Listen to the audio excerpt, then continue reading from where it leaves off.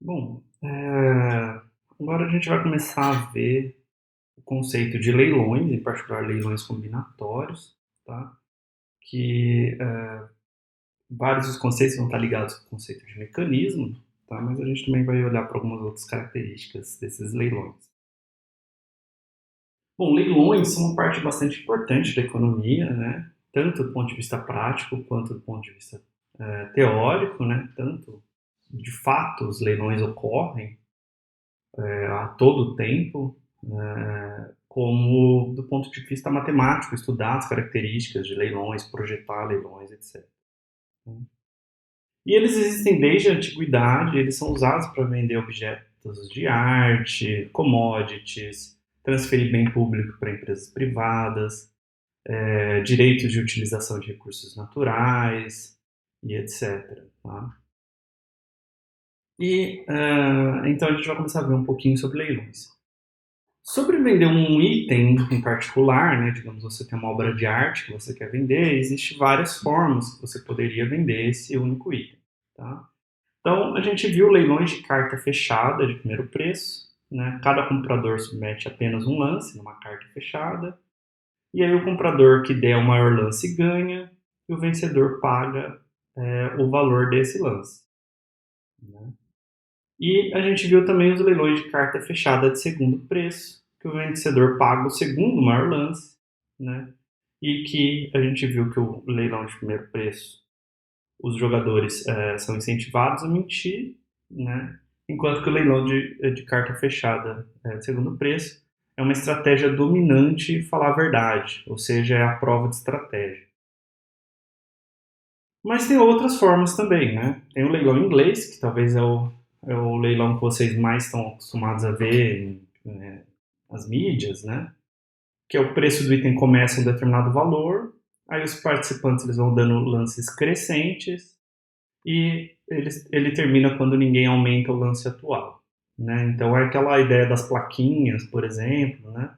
Então o leiloeiro começa com um valor e as pessoas vão dando lances, cobrindo lances umas das outras, até que ninguém quer aumentar o lance atual e aí a pessoa ganha.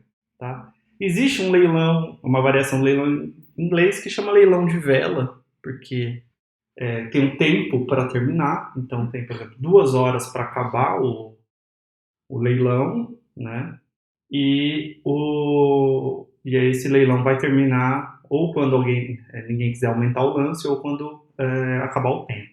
Chama leilão de vela porque eles utilizavam uma vela e quando o fogo da vela apagasse, o leilão tinha acabado. O leilão inglês ele é parecido com o de segundo preço, né? Porque os preços vão aumentando, né? E quando a pessoa que tem o segundo maior valor dá o último lance dela, né? A pessoa com maior valor vai querer só cobrir um pouco esse lance, digamos por epsilon esse lance, mas não falar, mas não dar o lance total dela, né? Então ela acaba pagando o segundo maior valor da sociedade, mais algum epsilon, alguma coisa assim, depende do incremento que tiver. O leilão holandês, o preço do item começa em um determinado valor e o preço diminui conforme o tempo passa. Tá? Então, como se você tivesse um relógio, alguma coisa assim, né? Ou um letreiro, alguma coisa assim, com o preço e esse preço diminuindo com o passar do tempo. Né? E aí o primeiro que se manifestar leva o item, né, e paga esse preço que é o que, digamos, esse placar está mostrando, tá? Isso daqui chama leilão holandês porque também ele é muito utilizado para vender flores, tá, na Holanda. E o leilão holandês ele é parecido com o de primeiro preço, né? Porque o preço está baixando e quando o lance que eu falar é o lance que eu vou pagar, né? E aí a pessoa com maior valor vai tentar segurar ao máximo, dar o lance dela, né? Para poder para poder levar o item. Tá? Então ela vai querer mentir o valor dela, né? Mas ela vai pagar de fato o lance dela. Existem outras formas de vender itens também, né? Às vezes você, ao invés de ter um item que você quer vender, você tem vários, tá? Então, leilões multi-unidade, a gente quer vender K itens idênticos e cada comprador informa um lance para cada quantidade de itens que ele quer, né? Então, se eu levar um item eu pagaria tanto, se eu levasse 2 itens eu pagaria tanto, 3 itens pagaria tanto, tá? E note que não precisa ser a soma, né? Não precisa ser... para um item eu pagaria L1, então para 2 itens eu pagaria 2 vezes L1.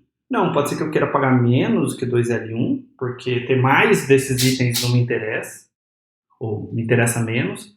Ou pode ser que esses itens se complementem de alguma forma e eu quero pagar mais, levar 2 desses itens vale mais para mim do que levar 2 vezes um item só.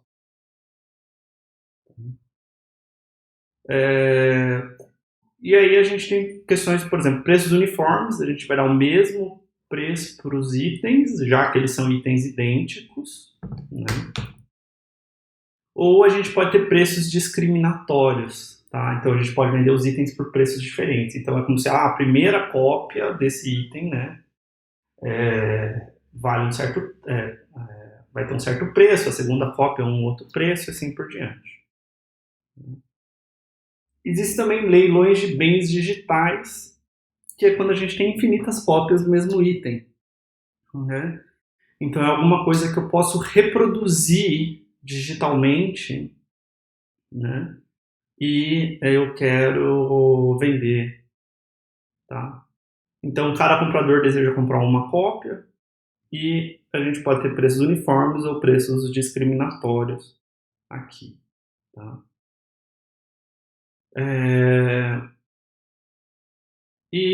Existe também leilões que são de demanda unitária, a gente quer vender vários itens diferentes, mas cada comprador quer comprar só um item. Entre os itens que estão à venda, ele quer comprar um. Então, digamos que você tem um leilão de casas, né? Então, por exemplo, a Caixa Econômica Federal costuma fazer leilões para vender casas que foram tomadas porque a pessoa não conseguiu pagar a dívida, né, do financiamento. E aí, digamos que cada comprador só quer comprar uma casa, quer comprar várias casas, né? E aí, cada comprador submete um lance para cada item que sendo vendido, né? Você pode ter oferta única, então um item pode ser vendido apenas por um comprador, né? Quando o item só existe uma vez. Oferta limitada é quando um item pode ser vendido um certo número de vezes, mais do que uma vez, né? Porque pode ser que você tenha cópias daqueles itens. E você pode ter oferta ilimitada também, que é quando você tem muitas cópias daquele item, suficiente para atender todos os compradores, né? Ou você pode reproduzir aqueles itens como se fosse um leilão de bens digitais. Tá? Bom, o que a gente vai focar nessa parte do curso são leilões combinatórios, que de certa forma capturam várias dessas ideias que eu estou mencionando. Tá? Então a gente tem N compradores e a gente quer vender M itens para esses compradores. Tá? E aí a gente tem valorações. Cada comprador e para cada conjunto S de itens, a gente tem um valor VIS, que é quanto o comprador I acha que o pacote de itens, o conjunto S de itens, vale. Tá? Então, só para dar um exemplo, pode ser que eu tenha três itens aqui sendo vendidos, né? E aí, a pessoa pode achar o seguinte, o item, o valor do item vermelho é um certo tanto. Eu pagaria, eu acho que, para mim, o valor do item vermelho é R$10. O valor do item azul é 15. o valor do item laranja é 7, né? Ah, mas se eu ganhar o vermelho com o laranja, aí para mim ele vale. Bom, o vermelho valia 10, o laranja vale 7, mas juntos eles têm algum tipo de sinergia que é boa para mim, então vale 20. O vermelho com azul. Bom, digamos, o azul pode ser tipo uma versão melhorada do vermelho, né? Então, pode ser que valha 20, digamos. Não vale a soma de vermelho com azul, ou mais do que a soma. Então, pode ser mais que a soma, pode ser menos que a soma, pode ser igual a soma, tá? Dos valores dos elementos. E, basicamente, para cada subconjunto que você teria aqui, né? Então, todos os subconjuntos de item que você tem que dar um valor, você tem que dizer quanto que esse conjunto vale, tá? Então, a gente está supondo que cada comprador sabe esse valor, quanto cada subconjunto de itens vale para ele. E a gente vai colocar algumas restrições aqui, tá? Uma é a free disposal. Então, eu estou falando que VS é maior ou igual do que VIT se S é subconjunto de T, tá?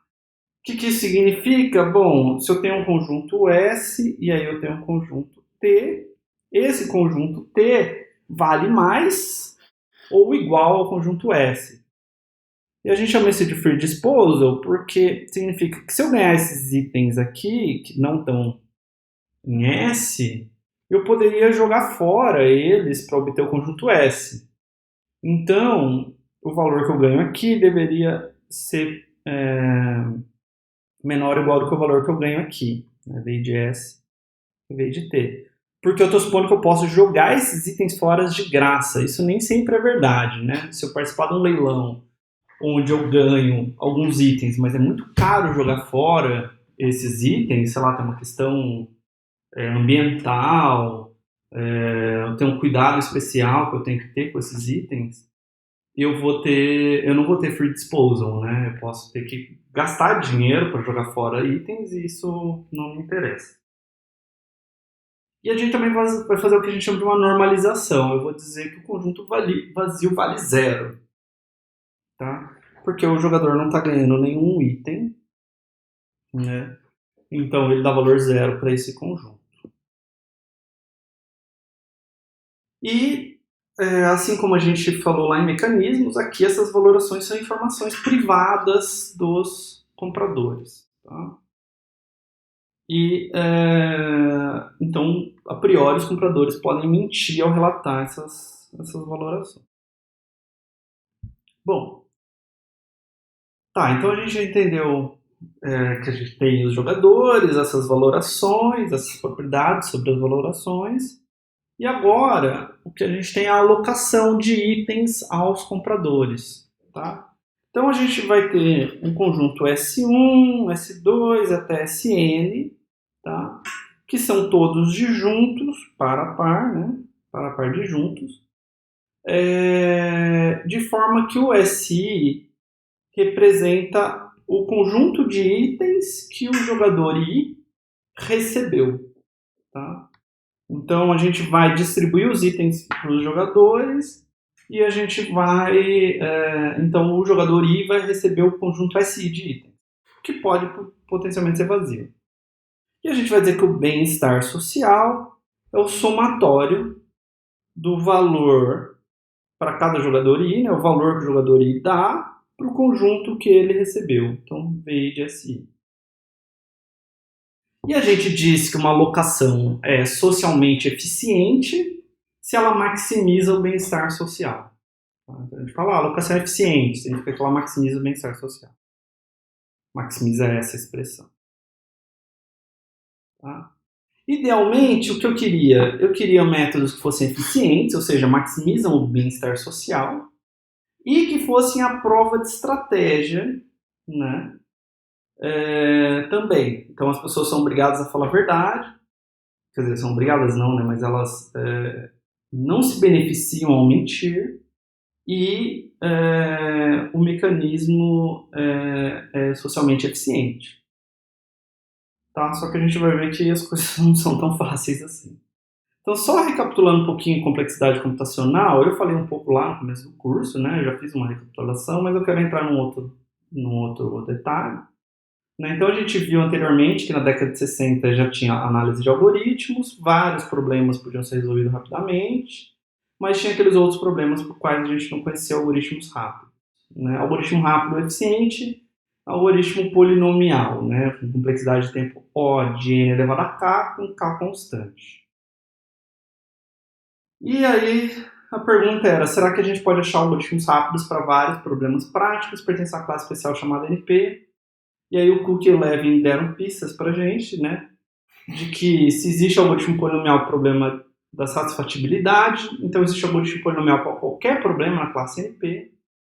E esse é o que a gente chama de primeiro problema NP completo. E o Karp mostrou que se existe um algoritmo polinomial com um problema de uma lista de 21 problemas, então tem um algoritmo polinomial para o SAT.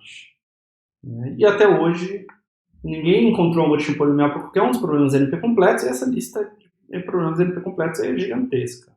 Né? E a conjectura é que P é igual a NP. Ou que P é diferente de NP. A pergunta é se P é igual a NP.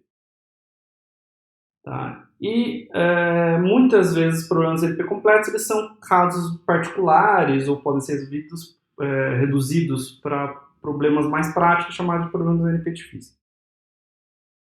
Bom, tudo isso eu já tinha falado antes. O que eu não falei antes é de algoritmos de aproximação. Né? São algoritmos então, que executam em tempo polinomial. Não necessariamente encontram a solução ótima do problema de otimização que a gente está considerando. Tá? Mas eles encontram uma solução boa. Então, para um problema P de otimização que a gente tiver, uma instância I desse problema P, e supõe que você tem um algoritmo A, né, para resolver esse problema. A gente denota por OPT de I o valor de uma solução ótima para essa instância. A de I, o valor da solução encontrada pelo algoritmo A para essa instância. E aí a gente diz que esse algoritmo A ele é uma alfa-aproximação se para toda instância I que você me der, se você tiver um problema de maximização, né, então você quer o valor mais alto possível, né? Então o seu algoritmo A me dá uma solução que é pelo menos alfa vezes o ótimo. E se o problema for de minimização, o algoritmo A me dá uma solução que é no máximo alfa vezes o ótimo. Tá?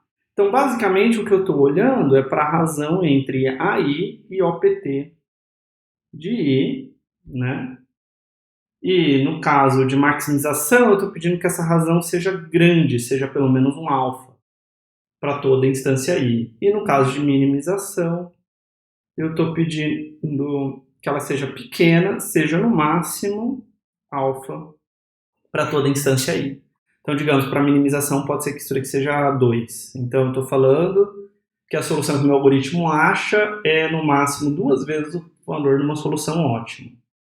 Isso daqui lembra a ideia de preço da anarquia, né? E, na verdade, as pessoas que definiram o contexto da ideia de preço da anarquia já conheciam algoritmos de aproximação antes, né? Já trabalhavam com algoritmos de aproximação antes. Então, são conceitos muito parecidos, assim. Só que aqui a gente está falando de um algoritmo, enquanto que no preço da anarquia a gente estava falando de um jogo.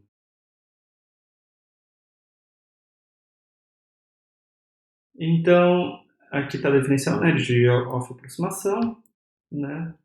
E, então, o algoritmo de aproximação é uma forma da gente contornar essa dificuldade de um problema NP difícil, encontrando uma solução próxima da ótima em tempo polinomial. Tá? E, bom, como eu já falei, tem uma semelhança entre a razão de aproximação com a ideia de preço na anarquia. Bom, então isso era só para definir a ideia de algoritmo de aproximação, introduzir um pouquinho o conceito. Né? Então vamos voltar para os leilões combinatórios. Então a gente tem N compradores, a gente quer vender M itens, né? E aí para cada comprador I a gente tinha aquela valoração VI e S. E a gente tem free disposal e normalização.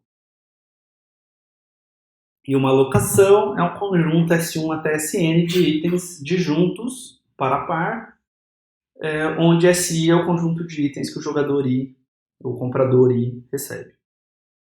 E o bem-estar social é a soma dos valores que as pessoas dão para os conjuntos que elas receberam. Então, soma de VI é SI. Tá? Então, a gente vai começar a olhar um caso particular, tá? Que é o caso de objetivo único, ou single-minded. Single-minded seria a tradução, a melhor tradução de single-minded é obstinado, né? Uma pessoa que só tem um único objetivo, uma única vontade. Tá? Então, cada participante agora está interessado em um único conjunto de itens. Tá? Então, tem um conjunto de itens nesse leilão que eu quero ganhar. Qualquer outro conjunto de itens não me interessa. Tá? Um certo detalhezinho.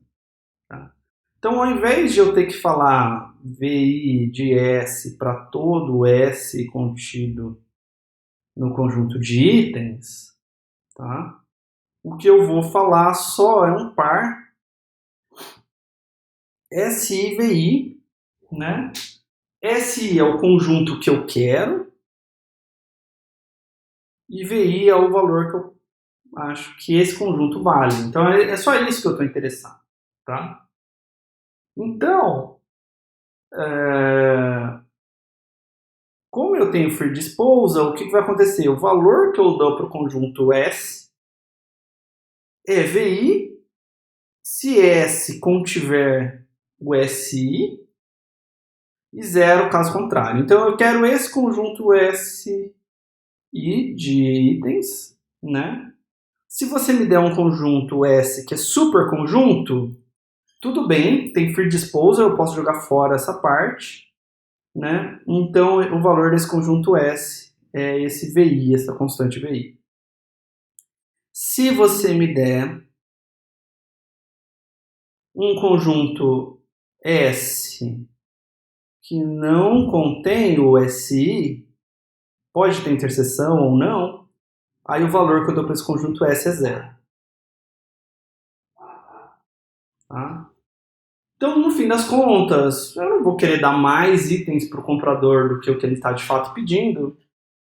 Eu tenho que decidir se o comprador I vai levar o conjunto SI ou, né? Porque se ele recebe um super conjunto próprio de SI, a gente pode parar de vender os itens que estão em S, mas não estão em SI para ele, né? A gente pode jogar fora esses itens, não tem por que eu vender esses itens para ele. Como leiloeiro, não ganho nada mais com isso, né? Ou se o comprador leva o conjunto vazio, né? Porque se ele recebe alguma coisa que não contém o SI, ele dá valor zero. Então eu dou o conjunto vazio para ele, que é o que ele dá valor zero, né? Não muda o bem-estar social, tá? Então, no fim das contas, você tem para cada comprador um par SI e VI. Você tem que decidir quais compradores recebem o conjunto SI deles, quais compradores recebem vazio, né? Se todos os SIs fossem disjuntos, então você dá os SIs para cada um deles, né? O problema é que os SIs podem ter interseção, e aí você tem que escolher, por exemplo, eu vou dar esse SI, mas agora esse comprador aqui vai ficar sem nada, eu vou dar esse SI, mas esse comprador agora vai ficar sem nada porque tinha interseção aqui, eu vou dar esse SI. Né? Tem uma coisa meio independente. Né? E o teorema é o seguinte, seja M o número de itens que você tem no seu leilão, para todo epsilon maior que zero, não existe uma m elevado a meio menos epsilon aproximação para alocação ótima, né, socialmente eficiente, a menos que P seja igual a NP. Então, eu estou te falando uma coisa muito forte. Eu estou falando que esse problema ele é difícil até de aproximar. Mesmo conseguir uma aproximação que é assintoticamente melhor, né? Quer dizer, não assintoticamente melhor, mas melhor do que raiz de M, já mostraria que muito melhor do que raiz de M, né? Polinomialmente melhor do que raiz de M, já mostraria que P é igual a NP. Tá? Então, a gente vai fazer o seguinte, pega um grafo conexo, G igual a VE, e considera a segunda instância do leilão. Cada aresta do meu grafo vai ser um item. Tá? Então, isso daqui é um item. E cada vértice dessa aresta vai ser um comprador.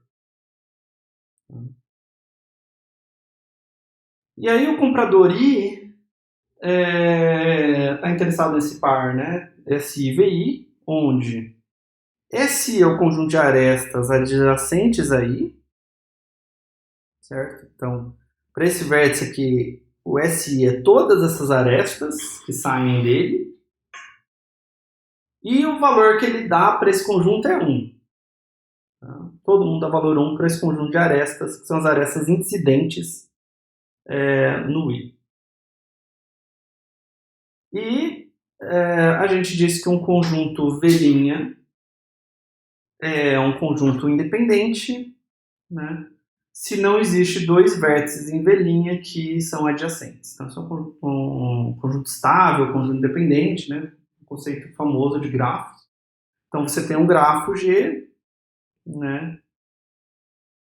E aí, isso daqui não é um conjunto independente porque tem, por exemplo, uma aresta entre esses vértices. Tá? Então, você tem que pegar um conjunto de vértices que, quando você olha para a par, não tem aresta. Isso é um conjunto independente. Tá? E existe um conjunto independente em G de tamanho K, se e somente se existe uma alocação de valor K. Né? Deixa eu só ver um negócio aqui. Isso, deixa eu explicar essa afirmação. Bom, se você tem um conjunto independente de tamanho K no seu grafo, né, você pode selecionar esses compradores para receber os seus conjuntos SIs, né, porque as arestas deles só vão para fora do conjunto independente, né? Então, a gente vai ter uma alocação de fato para esses caras, né? Que eu não vou estar dando nenhum item para duas pessoas, porque não tem arestas aqui dentro, né? E se eu tenho uma alocação, o que é a alocação, né? Eu estou escolhendo um comprador para ganhar esses itens, outro comprador para ganhar esses itens, outro comprador para ganhar esses itens. Alguns compradores não estão ganhando nada, né? E cada comprador recebeu o seu conjunto de arestas incidentes ou vazio, né? Que são esses três aqui. E não tem interseção entre os conjuntos, porque é uma alocação. Então, se eu olhar para esses caras que receberam o conjunto de arestas incidentes, isso tem que ser um conjunto independente, né, do mesmo tamanho K.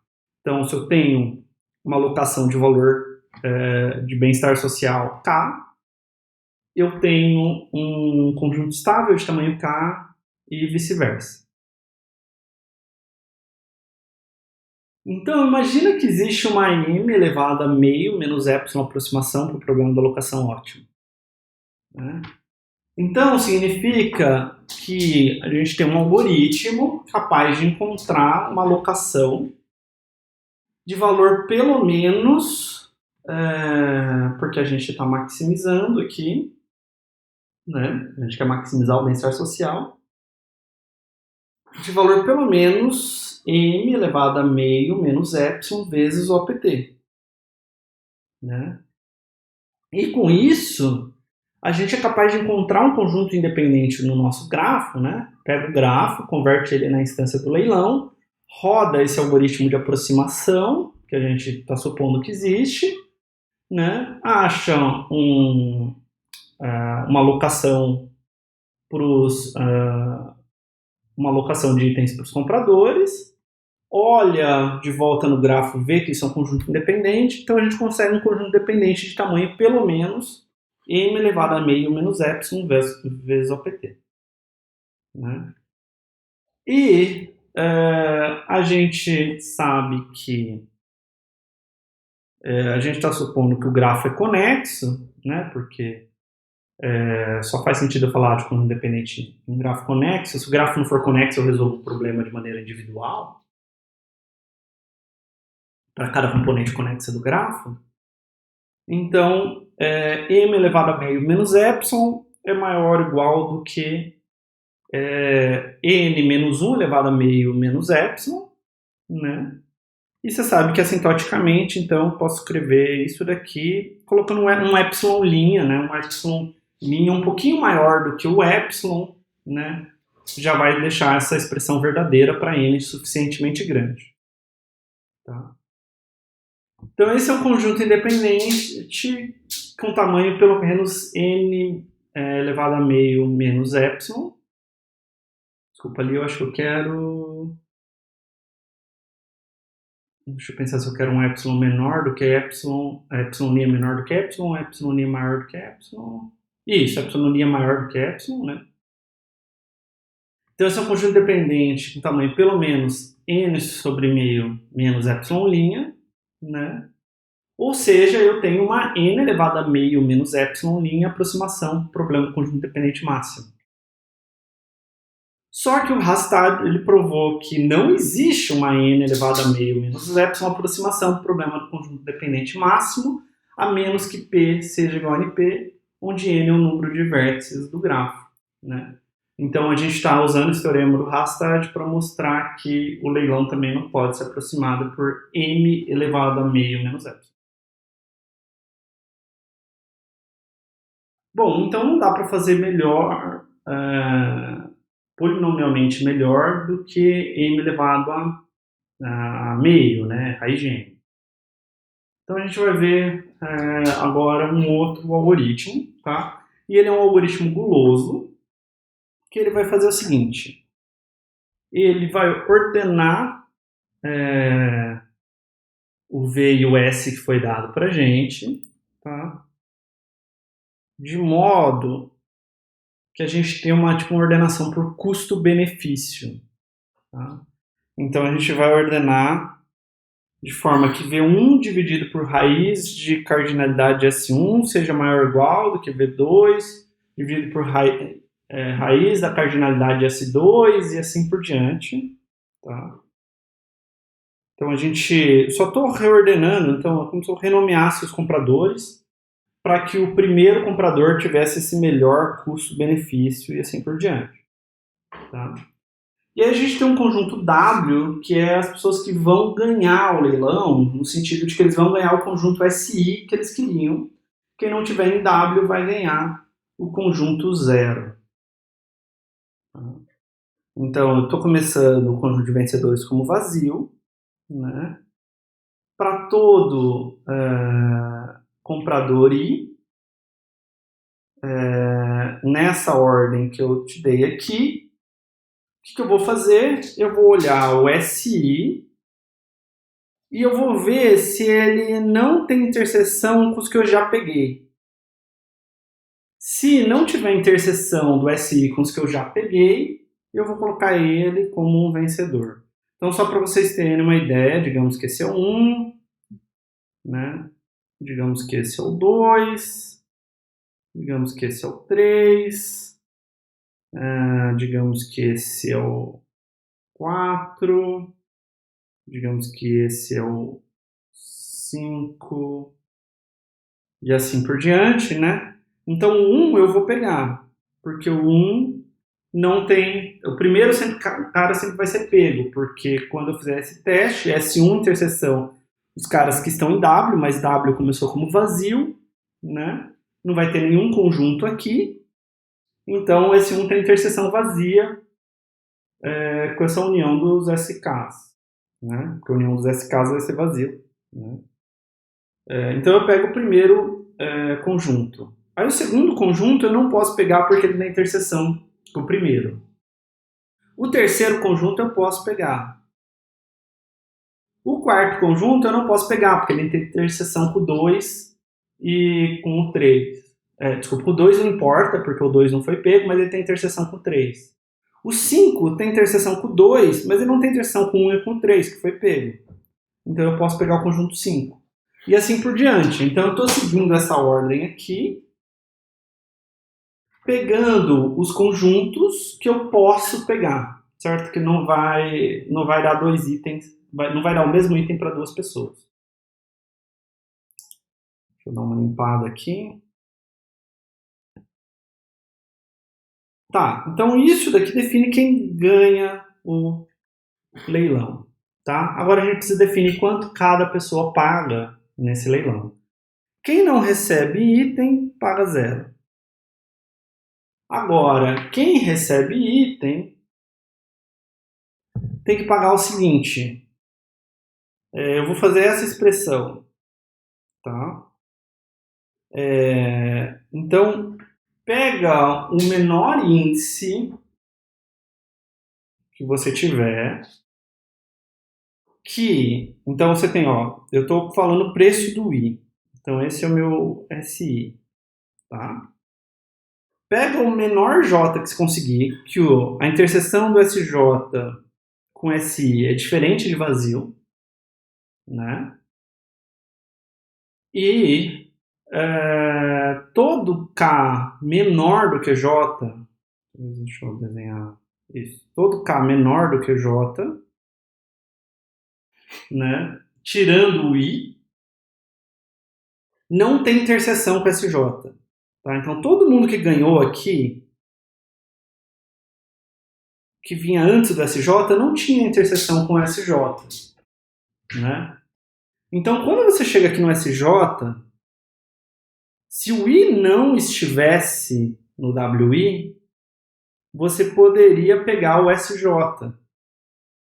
né? Para esse conjunto de ganhadores que você tem agora, você poderia ter escolhido o SJ, porque não teria interseção entre SJ e esse conjunto de vencedores.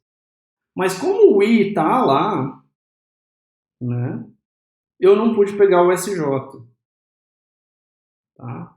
Se esse J existir, você cobra do jogador I. Então é uma ideia de externalidade, de novo, como a gente viu no VCG. Tá?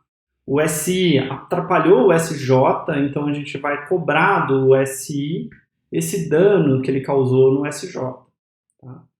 Então o preço que o jogador I vai pagar é o VJ, essa expressão, VJ dividido por raiz de tamanho de SJ dividido por tamanho de SI.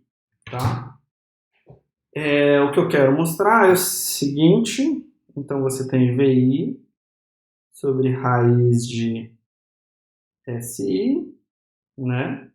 E digamos que isso fosse igual a VJ sobre raiz de SJ, né? Tá? Então, mas o que você tem é que o I apareceu antes na ordenação do que o J. Então ele impediu que o J entrasse na solução, né? Sem o I ele teria entrado na solução, o I está na solução, ele não entrou, então o I estava antes que ele na ordenação, né? Então você tem que VI desse jogador é maior ou igual do que VJ dividido por raiz de SJ por SI, tá? E para qualquer valor VI que esse jogador I falasse, que fosse maior ou igual do que esse número, ele continuaria na frente do jogador J. Quando fosse igual, aí isso é uma questão de empate, tá? Mas não vamos se preocupar com isso agora. Então, eu vou cobrar do jogador esse preço PI. Tá? Esse menor preço que ele, como se fosse o menor valor para o qual ele ainda tiraria o J da jogada. Se não existe um J como esse, eu vou cobrar 0 do jogador, porque ele não está impactando em ninguém. E aí eu devolvo quem ganhou e quais foram os preços pagos.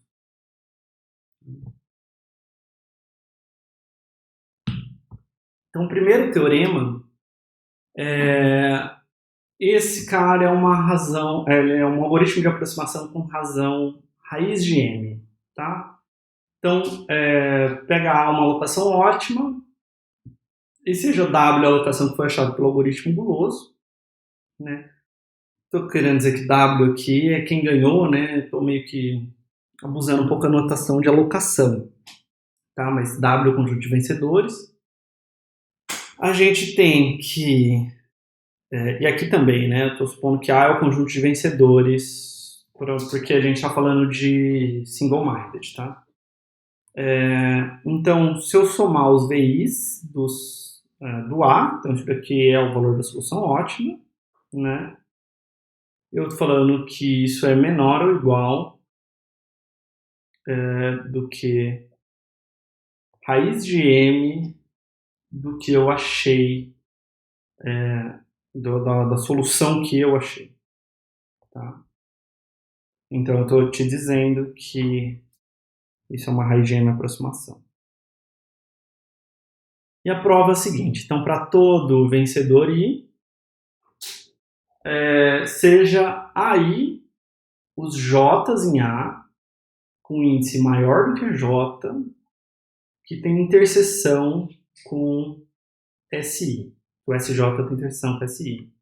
Tá? Então, são todos os conjuntos J que vêm depois do I e que intersectam esse I. Tá? E aí, vamos somar essa expressão, VJ é menor ou igual. Né? Então, a gente sabe que VJ sobre raiz de SJ é menor ou igual do que VI sobre raiz de SI para todo mundo que está no AI, né? Porque todos eles aparecem depois na ordenação.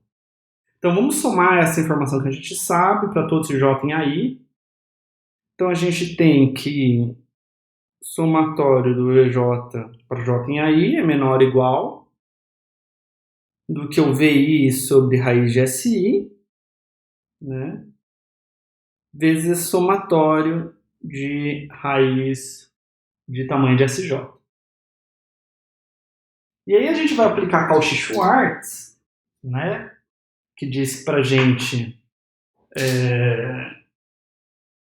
que o módulo do produto interno entre U e V é menor ou igual do que o produto das normas, né?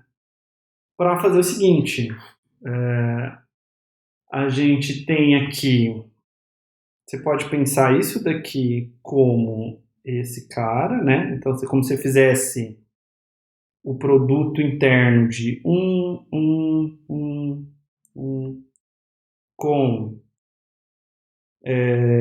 raiz do raiz tamanho do S1, raiz do tamanho do S2 e assim por diante. Tá? Então eu posso pensar esse somatório como o produto interno de um vetor onde você tem um vetor onde cada posição são esses elementos e o outro vetor é tudo 1. Né? Porque quando fizer o produto interno vai dar esse somatório.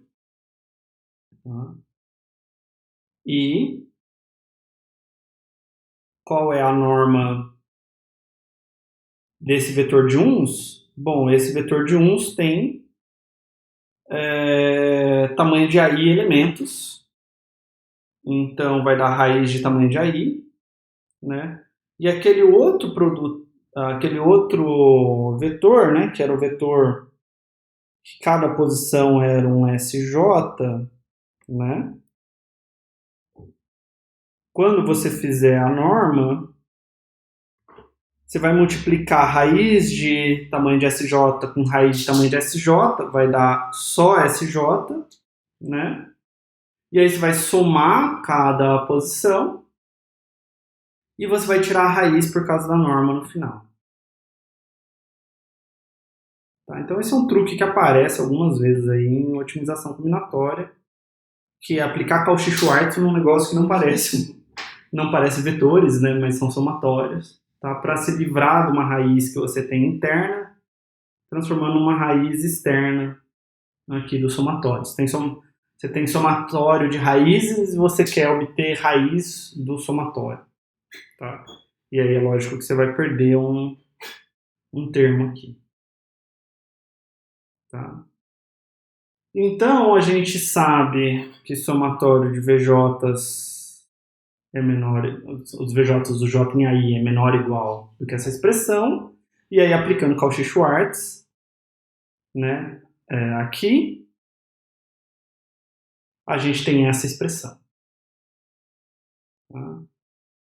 Agora, eu vou argumentar que esse cara aqui, né, que o tamanho de AI é menor ou igual do que o tamanho de SI. Tá? Todo conjunto que está nesse AI tem interseção não vazia com o meu conjunto SI, né? Então eu tenho meu SI aqui, o SJ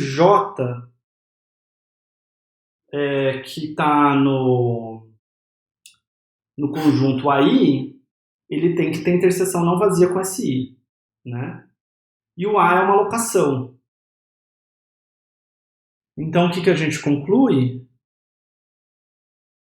A gente conclui o que aconteceria se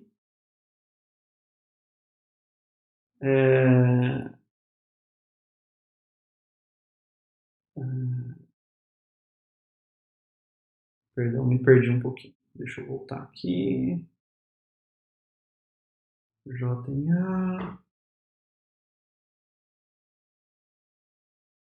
Então todo conjunto aí tem interseção não vazia com SI.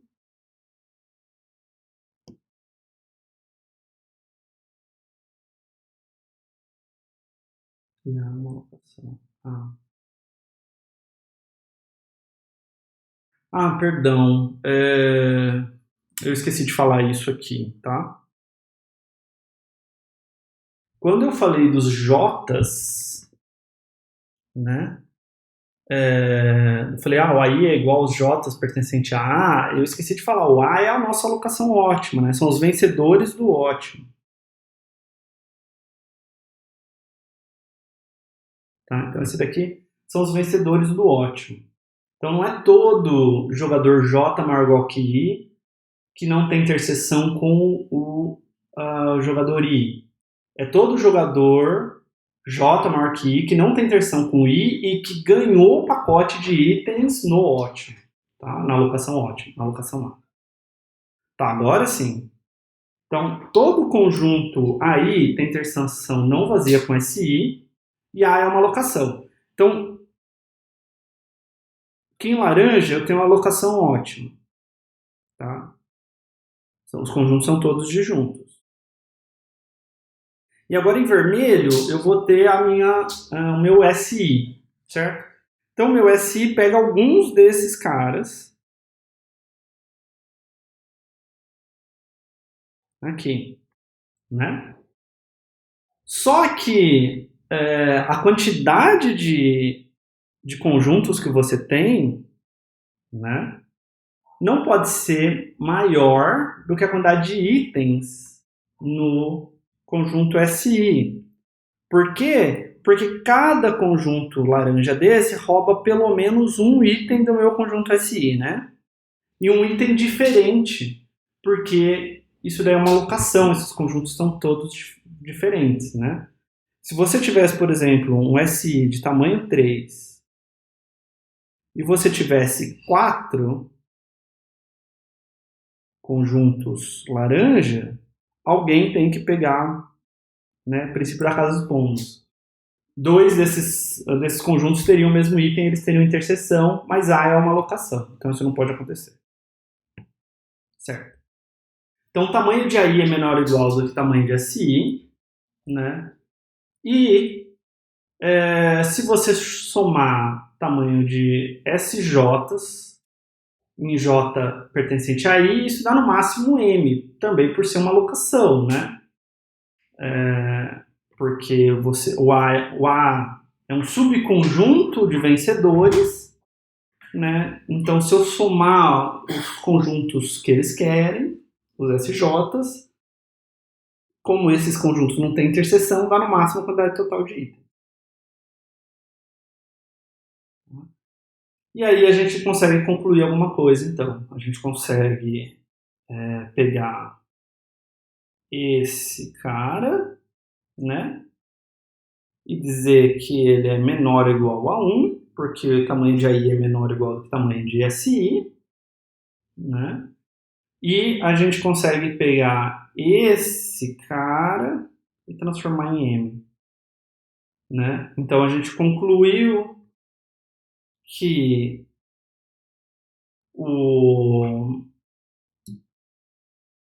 a soma dos VJs, Js em AI, é menor ou igual do que VI vezes raiz de M. E então a gente tem isso para todo I, né? Que a soma dos VJs, Js em AI são menores ou iguais que VI vezes raiz de M, né? E o A, né, os vencedores do A, está contido na união desses AIs, né? Esses AIs podem, na verdade, o A tá. Então o A está contido aqui dentro da união dos AIs, né? Pode ser que o mesmo conjunto J apareça em mais de um AI, mas não tem problema. Então, se eu somar VJ para J pertencente a A, isso é menor ou igual do que eu somar I em W, J em AI do VJ, né? E aí a gente sabe que esse cara aqui, então, vai dar menor ou igual do que raiz de M, soma dos VIs e I em W. Então a gente concluiu que o valor que a gente ganha na alocação ótima é menor ou igual do que raiz de M vezes o valor que a gente ganha, bem-estar social que a gente ganha, na alocação encontrada pelo algoritmo. Tá? Então a gente provou que ele é uma raiz de M aproximação. Bom, agora, legal, esse cara é uma raiz de M aproximação. Eu quero mostrar que esse mecanismo que a gente fez, mecanismo guloso, é, de fato, a prova de estratégia. Então, a gente vai começar com esse lema, dizendo que um mecanismo de leilão de objetivo único, no qual o perdedor paga zero, né, que é o que a gente gostaria, é a prova de estratégia, se e somente se ele satisfaz as seguintes condições. Uma é a ideia de monotonicidade. Então, se o participante ele ganha ou declarar um certo valor e um certo conjunto, né, um conjunto SI e um valor SI, ele continua ganhando se ele declarar um subconjunto de SI, tá? Ou o próprio SI, e se ele declarar um valor maior do que do que o valor que ele tinha falado, tá? Então, ele dar mais valor para o que ele ganha, ou, barra aí, querer menos itens, né, ter um subconjunto dos itens, se ele ganhava antes, ele continua ganhando. Tá? Isso não pode atrapalhar ele. E tem essa ideia de preço crítico. O vencedor ele paga o menor valor necessário para ganhar, né? Que é o ínfimo de todos os valores V', tal que SI, V' ainda ganha. E o teorema é que o guloso é a prova de estratégia. Tá? E é fácil ver que o guloso satisfaz as duas condições. Bom, o guloso ele ordena os jogadores por VI sobre raiz de tamanho SI. Né? Então, se eu aumento VI, eu vou mais para o começo da ordenação, e se eu diminuo, se eu pego um subconjunto do meu SI, eu vou também mais para o começo da minha ordenação, tá? E se eu fui pego porque eu não tinha interseção com o conjunto de vencedores, né? Quando chegou a minha vez, andar para frente na ordenação só me ajuda, né? Não, quer dizer, não me atrapalha em nada. Eu continuo não tendo interseção com os que vierem antes, tá? Então, o guloso satisfaz monotonicidade. E a gente escolheu o preço do jogador exatamente com essa propriedade, né? A gente olhou e falou assim, qual é o primeiro... Por isso que o preço era aquela coisa estranha, né? Mas qual é o primeiro jogador J, né?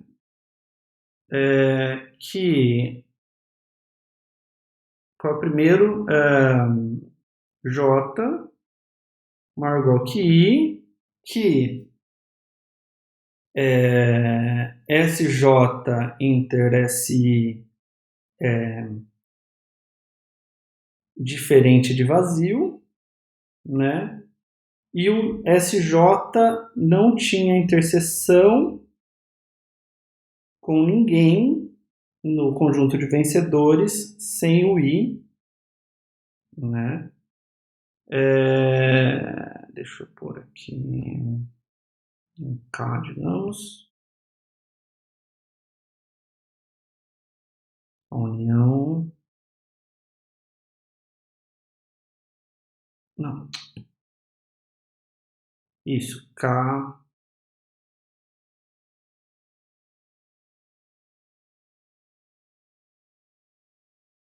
Isso, K em W menos o I de SK, né?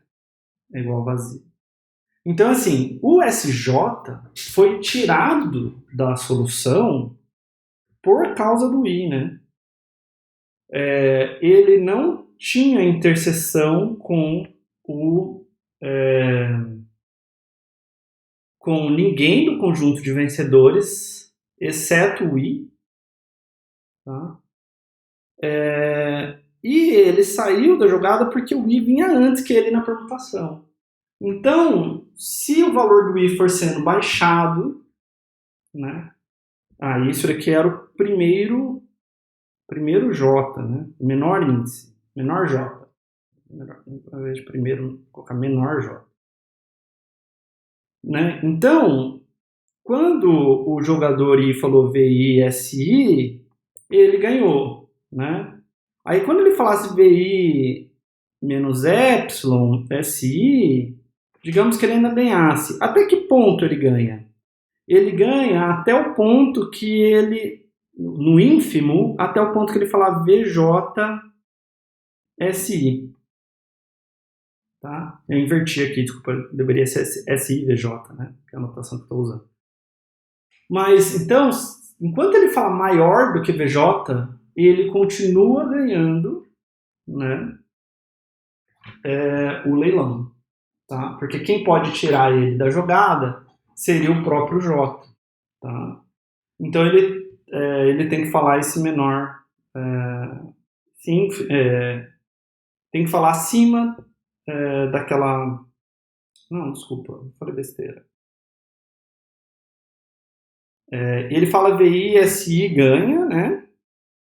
Se ele falasse um certo valor PI sobre tamanho de raiz de SI, que fosse menor do que VJ sobre tamanho de raiz de SJ,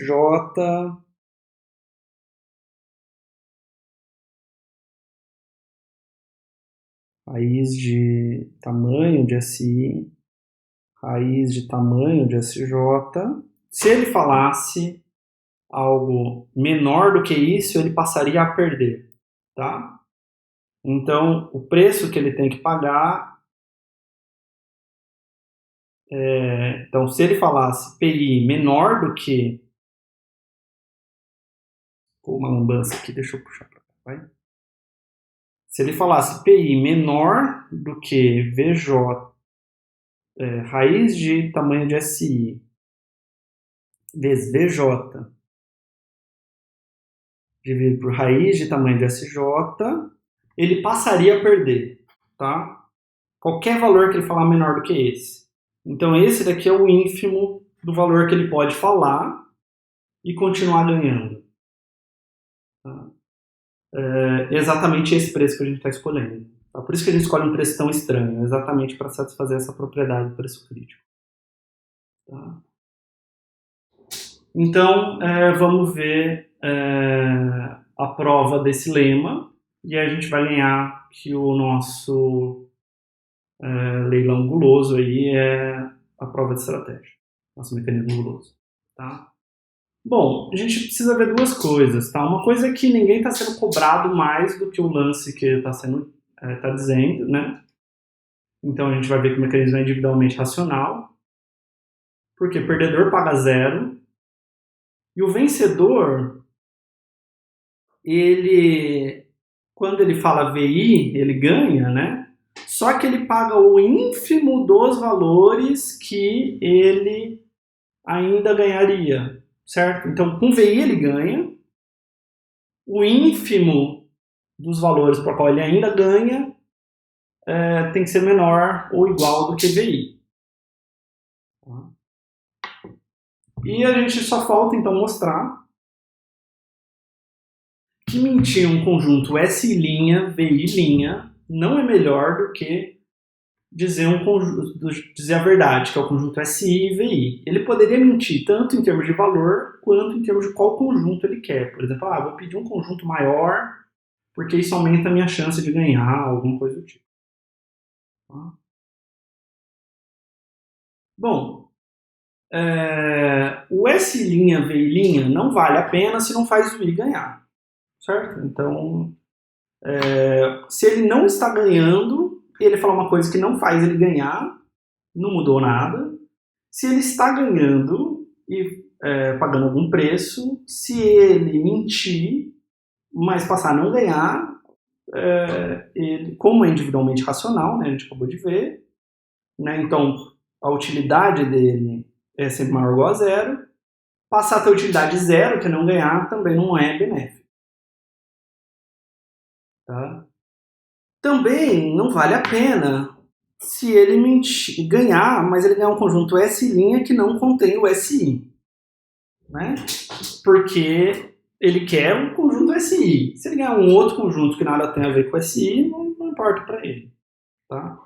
Então a gente vai assumir que ele mente um superconjunto ou o próprio SI, tá? E que o SI', VI' faz ele ganhar. Tá?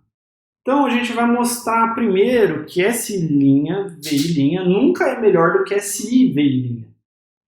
Tá? Então mentir para mais em termos do conjunto não ajuda ele. Tá? E aí depois a gente vai mostrar que mentir, dado que ele está falando conjunto verdadeiro, mentir o valor não é melhor do que falar a verdade. Tá? Então primeiro vamos ver que não adianta mentir um superconjunto próprio de SI. Bom, como esse S', V' ganha por monotonicidade, né, o SI, então a gente tem essa propriedade de monotonicidade, né, o SI, V' também ganha. Né? Tudo bem? Então, a gente tinha dito que se o cara mentisse, não. Se o cara está ganhando e ele essa propriedade de monotonicidade diz que se ele disser um subconjunto, ele também passa a ganhar. Ele continua ganhando. Tá? Então, a única coisa que pode atrapalhar seria o preço dele. Ele ganhava antes, continua ganhando, né? Mas a gente tem que ver qual que é o preço. Então, PI' é o pagamento, o preço que o I paga quando ele diz S', VI', e PI é o quanto ele paga quando ele diz o conjunto real, SI. Tá? O PI é o preço crítico, né? Então, significa que SX perde para qualquer X menor do que PI. Né? Essa é a definição do preço crítico. Né? Se ele falar menos do que o preço crítico, ele perde. Tá? Agora a gente vai usar a monotonicidade. Né? Se quando ele diz SX ele perde, né? Eu estou usando meio que a contrapositiva. O S'(x) perde. Por quê? Porque se S'(x) ganhasse, o SI, como é subconjunto, X também teria que ganhar. Tá? Então eu estou usando na outra direção. Tá? Então, o preço que ele paga quando ele fala S' tem que ser maior ou igual do que o preço que ele paga quando ele fala I. Né? Então, você tem essa implicação aqui. Para todo x menor que PI, ele perde. Né? Então, implica que para todo x menor do que PI, ele perde para esse cara. Então, o preço desse cara, o preço crítico desse cara tem que ser maior ou igual a esse. Né? Não pode ser menor. Então, o preço só pode subir quando ele diz o conjunto maior, né? Um superconjunto. E aí a utilidade dele, então, só pode cair, tá? Ou pode continuar igual, lógico, né? Mas não pode melhorar a utilidade dele emitindo um superconjunto. O que é um pouco intuitivo, né? Pedir mais não vai ajudar ele. Então agora a gente vai mostrar que SI VI' não é melhor do que SI VI. Tá? Então a gente primeiro vai supor que ele ganha quando ele fala SI VI. Tá? E aí digamos que ele paga PI XU quando ele diz SI VI. Tá? Se ele falar um lance, se ele falar um VI' maior ou igual do que PI TIL, né, o pagamento que ele tem é o mesmo. Né? Por quê? Porque a gente está cobrando o preço crítico. Né? Então, se eu falo SI VI', eu pago um preço PI TIL, que é o menor preço que se eu falasse SI, quer dizer, um ínfimo dos preços, né, que se eu falasse SPI TIL, eu ainda ganharia. Deixa eu colocar um X aqui, né?